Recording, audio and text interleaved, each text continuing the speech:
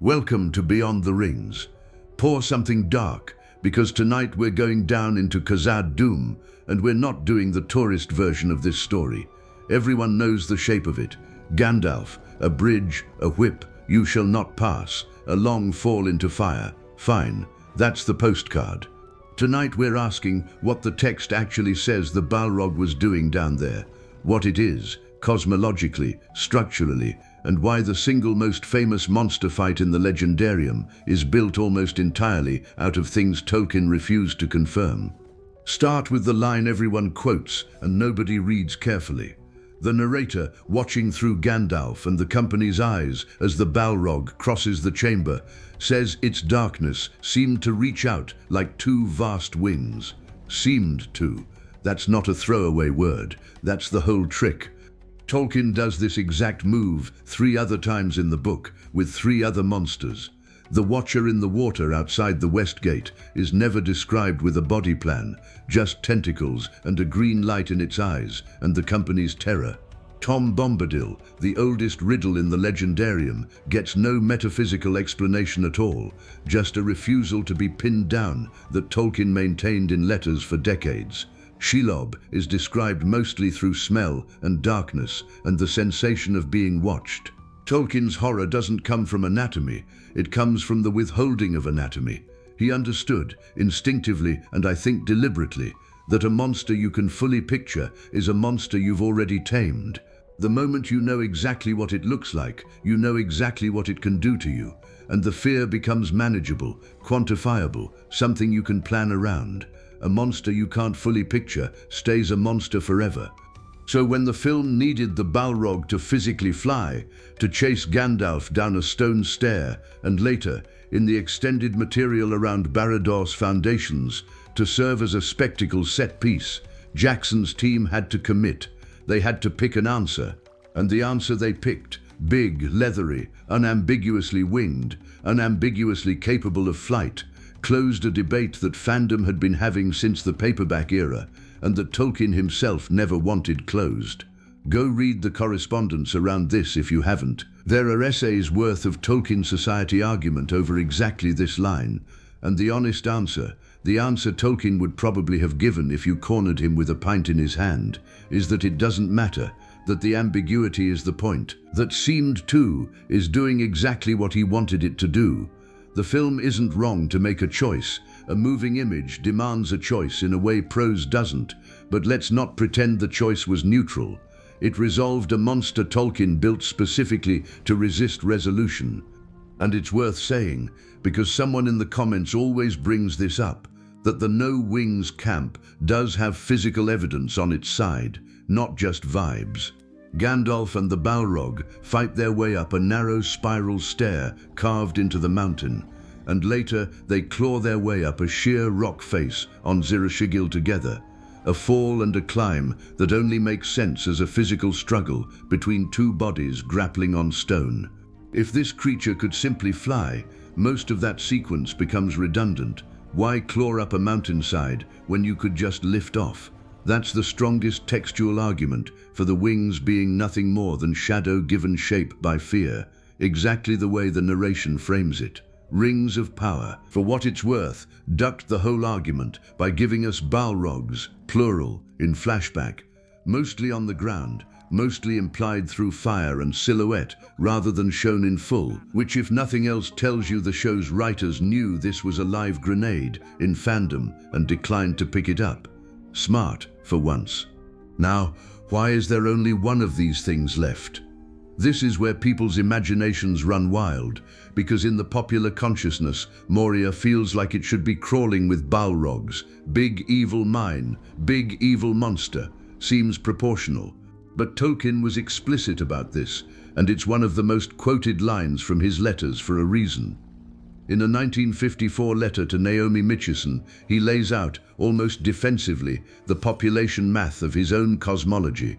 At the height of Melkor's power, in the deep First Age, there might have been at least 7 Balrogs. By the time of the War of Wrath, when the Valar finally marched on Beleriand and unmade Melkor's kingdom, most of that species is destroyed outright. The ones that survive don't survive as an army. They survive as fugitives, scattering into the deepest places of the earth, precisely because the surface world has become fatal to them. That's not lore trivia. That's a structural fact about what kind of story this is. The creature under Moria isn't Sauron's monster. Sauron doesn't command it, doesn't know where it is half the time, has no operational relationship with it at all. It is a hermit, a relic. The last, or nearly the last, of something that used to be a small army and is now a single starving predator that has spent nearly 7,000 years in the dark, waking only because greedy mining finally dug down far enough to disturb it. When Gandalf fights it, he's not fighting a lieutenant of Mordor, he's ending a species. That reframes the whole bridge scene from hero stops monster to something closer to an extinction event, and Gandalf is the one holding the axe, so to speak, even though the thing very nearly kills him in return. And here's the detail that makes the extinction reading land even harder, because Moria's Balrog isn't even the famous one. If you want a Balrog with an actual name, a rank, a body of accomplishments, that's Gothmog, Lord of Balrogs, the one who kills Feanor himself and later cuts down both Fingon, High King of the Noldor, and Ecthelion of the Fountain during the fall of Gondolin, in a duel so mutually destructive that Ecthelion drags Gothmog into the fountain and drowns them both together. That's what a first-string Balrog looks like on the page, a named commander with a body count of kings. The thing under Moria never gets a proper name anywhere in the trilogy. It's not Gothmog's heir or a lieutenant or anything with a title. It's just Durin's Bane, a label that only exists because of the specific dwarvish kingdom it happened to kill. And even that name is retroactive, coined after the fact by the people burying their dead. You're not watching a general in that chamber. You're watching the last private of a disbanded army hiding under a mountain because there's nowhere left for it to be a general of anything. Which brings us to the name, because Gandalf doesn't just fight this thing, he names it out loud on the bridge, and the name is doing more work than most viewers clock. I am a servant of the secret fire, wielder of the flame of Anor. You cannot pass. The dark fire will not avail you, flame of Udun. Casual audiences hear flame of Udun as a cool insult, a wrestling promo line. Readers who've actually sat with the Valaquenta hear a geography lesson and a taxonomy claim in the same breath. Udun is not a random word Tolkien invented for the scene. It's tied directly to Utumno, Melkor's original underground fortress from before the sun and moon existed. The pit he built in the utter dark of the world's youth, and filled with exactly this kind of corrupted Ainur. There's a later place called Udun in Mordor too, the valley behind the Black Gate, and that's not a coincidence either. It's Tolkien deliberately echoing the old name onto Sauron's territory, the way a conqueror renames a captured city after his capital. So when Gandalf calls this thing Flame of Udun, he's not swearing at it, he's identifying it. He's saying, in front of 8 witnesses, I know exactly what species you are, and exactly which fortress you crawled out of, and that fortress predates the sun. This Balrog is not a Third Age problem. It is not even strictly a Sauron problem. It is a leftover from the deepest, oldest layer of evil in the entire cosmology, and Gandalf clocks that instantly, the way you'd recognize a very old, very specific kind of trouble the second you saw it. But the naming isn't really the whole line, and this is where most video essays stop a sentence too early. Look at the full structure of what Gandalf says. He calls himself a servant of the secret fire and a wielder of the flame of Anor, and then he tells the Balrog that its own dark fire will not avail it. That's not 2 poetic flourishes sitting next to each other by accident. That's a direct theological contrast. And if you've spent any time in Morgoth's ring, you know exactly what the secret fire is. It's the flame imperishable, the creative fire that belongs to Eru alone, the thing Melkor searched for obsessively from the very beginning of the world, going out into the void again and again looking for it, because he understood, correctly, that it was the one power capable of giving independent life to what he made, rather than mere imitation. He never finds it. He can't. It isn't a thing you can steal. It's not a resource sitting somewhere waiting to be mined. It's bound to Eru's own being. So every fire a Balrog commands is, by definition, a counterfeit, a shadow fire that burns and destroys but cannot create, borrowed violence with no authorship behind it. Gandalf isn't just claiming a job title when he calls himself a servant of the secret fire. He's telling the Balrog, in front of everyone on that bridge, that he has access to the one power the creature's entire master spent the whole of history failing to obtain, and that the Balrog's fire, however lethal, is fundamentally borrowed, fundamentally hollow next to that. And notice what it doesn't do while all this is happening. It doesn't talk back. It doesn't roar, not in the text, not once. Go back and reread the chapter with that specifically in mind, and it's almost unsettling how quiet the thing is. Fire, yes. Shadow, yes. A whip of many thongs, a sword like a stab of white fire crossing Gandalf's own blade, all of that. But no voice, no taunt, no vocalization of any kind attributed to it anywhere in the prose.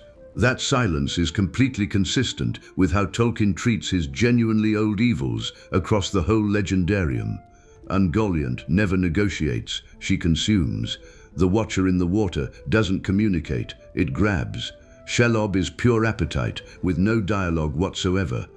Compare that to Sauron, who writes letters, who negotiates with the Númenóreans, who has a voice fair enough to seduce an entire civilization into building him a temple. Compare it to Saruman, who talks his way out of trouble right up until the Shire.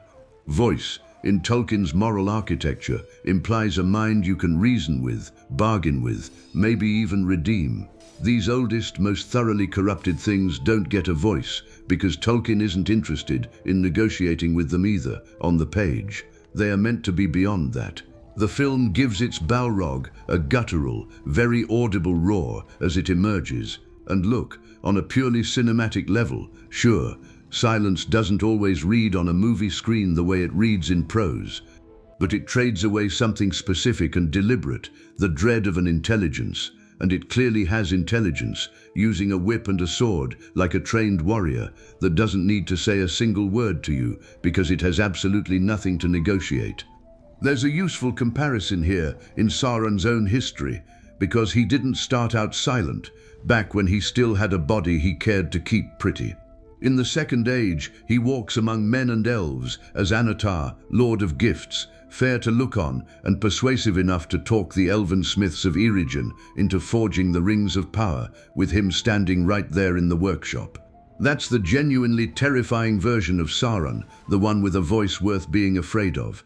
What you get by the Third Age, the messenger at the Black Gate, the Eye, the Black Speech, is already a coarsened, diminished thing by comparison, and by the time you get down to a Balrog, you've gone even further past that, past voice entirely, into something that was never going to talk to you in the first place because it was corrupted at a level so old and so total that language was never part of the deal. Rings of Power, for whatever else you think of it, gets some credit here, because Adar spends real screen time as a genuinely eloquent, almost sympathetic voice for a corrupted cause, which is thematically correct even if the writing around him is uneven. Giving evil a voice isn't the sin. Tolkien does that constantly, with Sauron, with Saruman, with the mouth of Sauron himself. The sin is giving a voice to the one specific category of evil the text goes out of its way, again and again, to keep wordless. So what is this thing, underneath the fire and the silence and the name? This is where people get lazy and just say fire demon and move on, and that's leaving most of the interesting part on the table. Balrogs are Maya. That word matters. It puts them in the exact same category of being as Gandalf himself, as Saruman, as Sauron, as Melian, who married a king of the Cinder. They are spirits who entered as part of the Ainulindalë, the music of the Ainur, the literal cosmological song that Tolkien uses as his creation myth, and some of them were drawn toward Melkor's discordant themes in that music long before Middle-earth as a physical place even existed. Fire specifically is one of the primal elements most bound up with both Oli's craft, the smithing, the shaping of the physical world, and with Melkor's corruption of that same craft into something destructive. A Balrog isn't a fire demon in the generic fantasy sense. It's a musical note that got twisted, a spirit whose original harmonic role in the song of creation has been inverted so completely that its native element, fire, no longer creates anything, no longer warms anything, exists purely to consume. That's what Gandalf actually means, cosmologically, when he describes fire within it and darkness around it on that bridge. It's not decoration. It's the physical signature of a corrupted Ainu, light that gives no warmth, flame that only destroys, the audible discord of a note that used to belong to a song about making things and now belongs to nothing but unmaking. Which makes the fight itself a genuinely strange event if you actually sit with what's happening on a cosmological level rather than just a narrative one. This is two Maya, two spirits of identical fundamental origin, one bent toward Melkor in the oldest possible way, one sent specifically by the Valar to resist exactly this kind of threat, meeting in direct physical combat. That's rare. Sauron mostly operates through proxies and objects and psychological corruption, not hand-to-hand duels with his cosmological equals. Here you get the real thing, unmediated, and the outcome tells you something the swordplay alone doesn't. Gandalf's body genuinely dies on the peak of Ziraxigil after the fall through the earth and the climb back up. He says so himself to the others afterward, plainly, without drama, that he passed through fire and water and was sent back.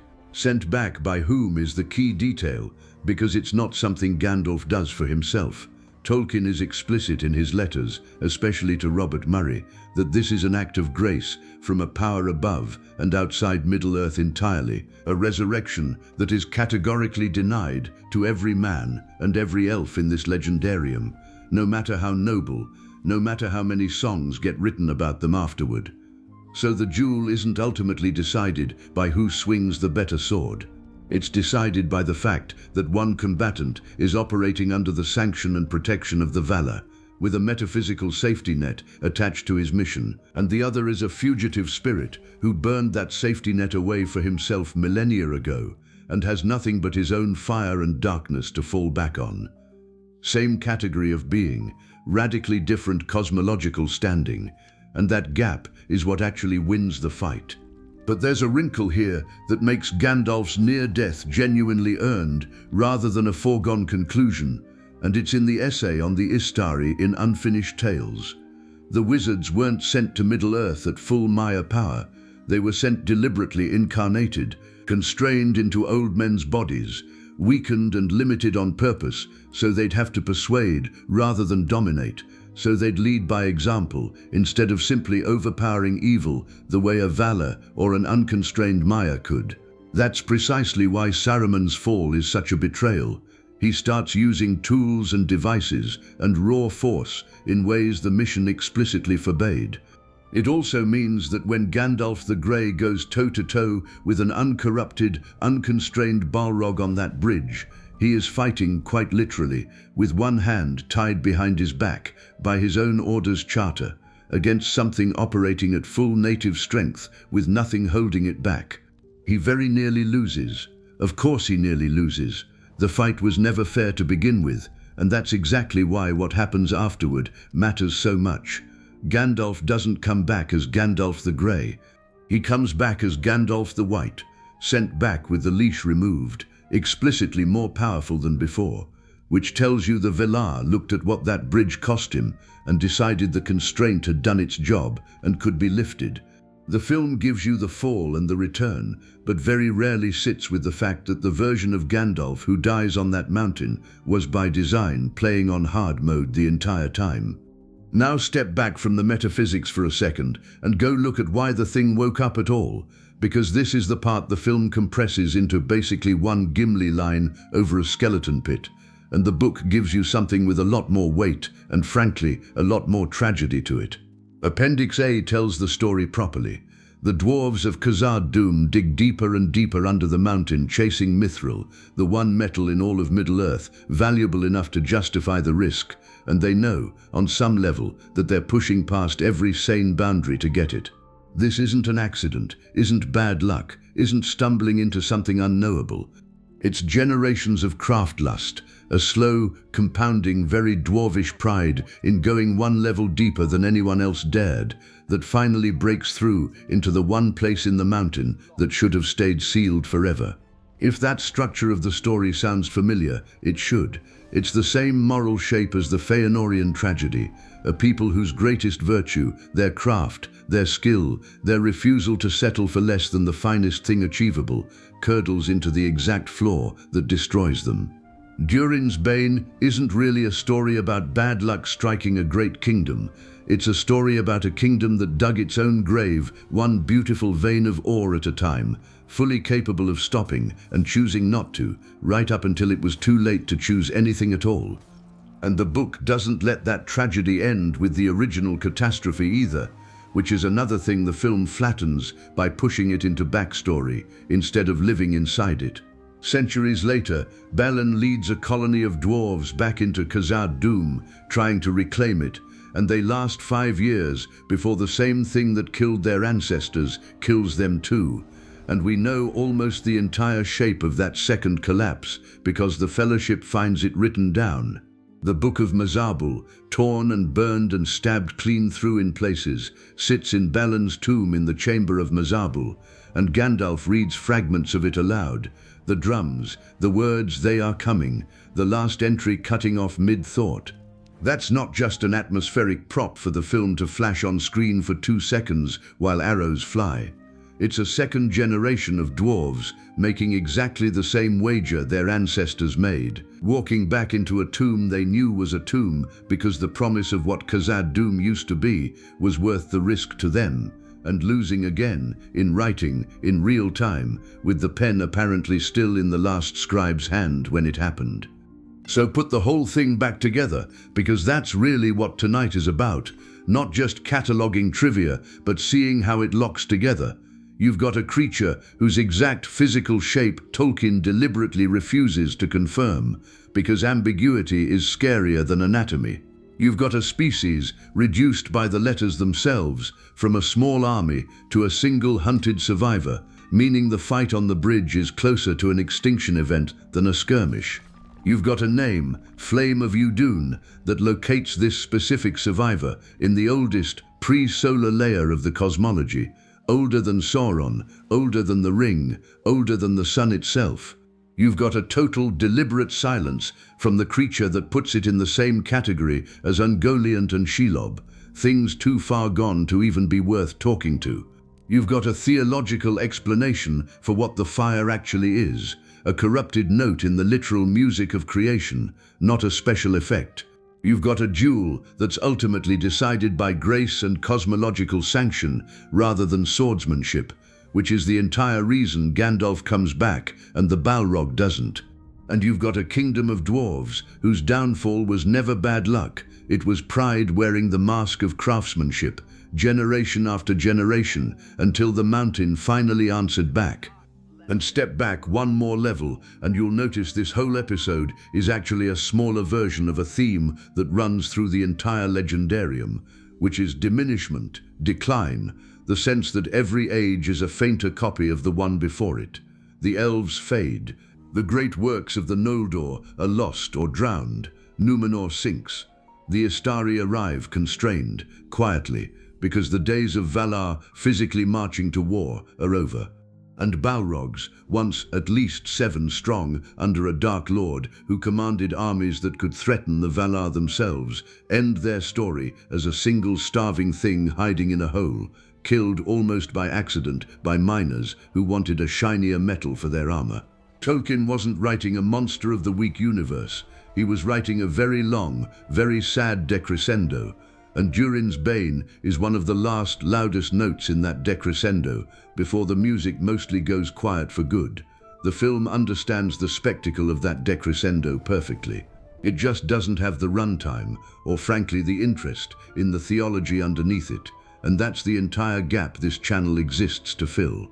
The film gives you a genuinely great action sequence, and I'm not here to pretend otherwise. That bridge collapse is one of the best pieces of blockbuster staging of its decade. But it necessarily trades the theology for the spectacle, trades the ambiguity for a clear silhouette with wings, trades 7,000 years of extinct species tragedy for one Gimli line delivered over a pile of bones. That's not a crime.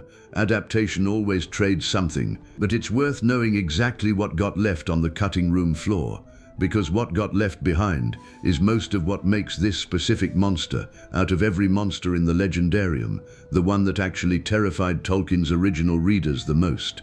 Not because it was big, because you were never allowed to see it clearly enough to stop being afraid of it.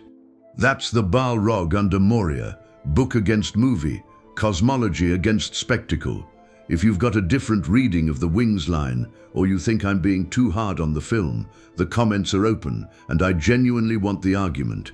Until next time, this has been Beyond the Rings.